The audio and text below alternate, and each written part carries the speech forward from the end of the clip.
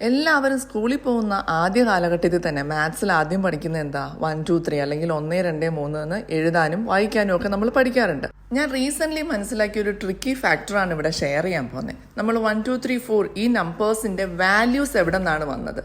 Values means ഇത് 1 എന്ന് വെച്ചാൽ ഒന്നിനെയാണ് റെപ്രസെൻറ്റ് ചെയ്യുന്നത്. നോക്കിക്കേ, നമ്മൾ 1നെ ഈ ഒരു രീതിയിൽ റെപ്രസെൻറ്റ് ചെയ്യുമ്പോൾ, ലൈൻസ് വെച്ച് റെപ്രസെൻറ്റ് ചെയ്യുമ്പോൾ 1 എന്ന് എഴുതാൻ ഒരു ആംഗിളാണ് യൂസ് ചെയ്യുക, 2 എന്ന് എഴുതാൻ 2 ആംഗിളാണ് യൂസ് ചെയ്യുക, 3 എന്ന് എഴുതാൻ 3 ആംഗിളാണ് യൂസ് ചെയ്യുക, 4 നോക്കുകയും ഈ ഒരു രീതിയിൽ ആംഗിൾസ് വെച്ച് നമുക്ക് റെപ്രസെൻറ്റ് ചെയ്യാൻ പറ്റും.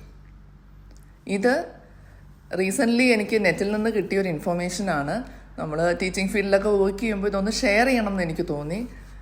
നിങ്ങൾ കൗണ്ട് ചെയ്ത് നോക്കിയാൽ എക്സാക്ട്ലി അതിന് എത്ര കൗണ്ടാണോ നമ്മൾ, വാല്യൂ ആണോ നമ്മൾ, ഇപ്പം 6 ചോക്ലേറ്റ്സ് അല്ലെങ്കിൽ 6 മിഠായി എന്ന് പറഞ്ഞു കഴിഞ്ഞാൽ 6 എണ്ണല്ലേ നമ്മൾ ഹോൾഡ് ചെയ്യാം. ആ വാല്യൂസ് വന്നതും ആ നമ്പറിൽ ലൈൻസായിട്ട് റെപ്രസെൻറ്റ് ചെയ്യുമ്പോൾ അതിനകത്ത് വരുന്ന ആംഗിൾസിൻ്റെ കൗണ്ടും തമ്മിൽ റിലേഷൻ ഉണ്ട്. ഈ ഒരു ഫാക്ടർ എനിക്കറിയില്ലായിരുന്നു, ചിലപ്പോൾ കുറേ പേർക്ക് അറിയുന്നുണ്ടാവും. ഞാനിതുവരെ കേട്ടിട്ടില്ല. എനിക്കത് നിങ്ങളുമായിട്ട് ഷെയർ ചെയ്യണം എന്ന് തോന്നി.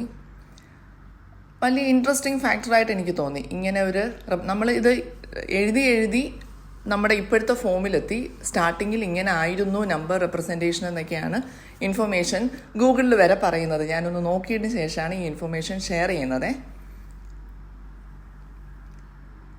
നിങ്ങൾക്ക് ഈ ഇൻഫർമേഷൻ അറിയാമെന്നുണ്ടെങ്കിൽ അത് കമൻറ്റ് ചെയ്യൂ. ഫൈനലി നമ്മുടെ സീറോ ലാസ്റ്റ് ഇൻവെൻറ്റ് ചെയ്ത നമ്പറാണ്, നമ്മുടെ ഇന്ത്യക്കാരുടെ സംഭാവനയാണെന്നൊക്കെ നമുക്കറിയാം. There is no angles in 0.